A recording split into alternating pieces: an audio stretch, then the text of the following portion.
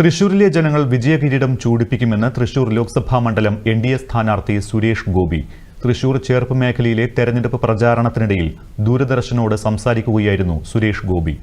പ്രധാനമന്ത്രിയുടെ പ്രവർത്തനങ്ങൾ വിലയിരുത്തപ്പെടുമെന്നും NDAക്ക് വിജയസാധ്യത കൂടുതലാണ് എന്നും സുരേഷ് ഗോപി പറഞ്ഞു. തൃശൂരിൽ നിന്നും അജേഷ് ശശിധരൻ തയ്യാറാക്കിയ റിപ്പോർട്ട്. കരുത്തന്മാരുടെ പോരാട്ടം കൊണ്ട് ഇത്തവണ രാഷ്ട്രീയ കേരളത്തിന്റെ ശ്രദ്ധാകേന്ദ്രമാവുകയാണ് വീണ്ടും തൃശൂർ. NDA സ്ഥാനാർത്ഥി ശ്രീ സുരേഷ് ഗോപിയാണ് നമ്മളോടൊപ്പം ഉള്ളത്. ശ്രീ സുരേഷ് ഗോപി, രണ്ടാം പ്രാവശ്യമാണ് താങ്കൾ ഇവിടെ ജനവിധി നേടുന്നത്. എത്രത്തോളമാണ് വിജയപ്രതീക്ഷകൾ? എങ്ങനെയാണ് കാണുന്നത്? മത്സരത്തിനാണ് എല്ലാ പ്രാവശ്യവും വന്നിട്ടുള്ളത്. മത്സരത്തിൽ പങ്കെടുക്കുന്നവരെ സഹായിക്കാനും വന്നിട്ടുണ്ട്. 2015 മുതൽ ഞാനിവിടെയുണ്ട്.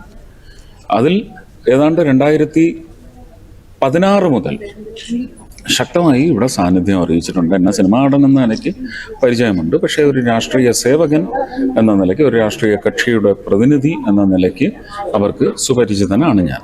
2019 ഇലക്ഷന് ആദ്യമായി നിന്നു. അന്ന് വിജയം അനുഗ്രഹിച്ചില്ല.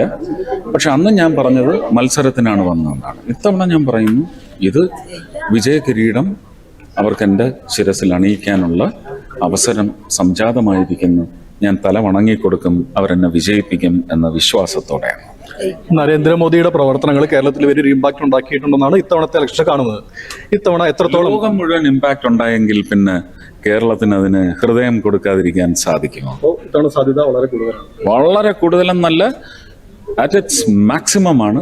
But we will keep growing from this maximum.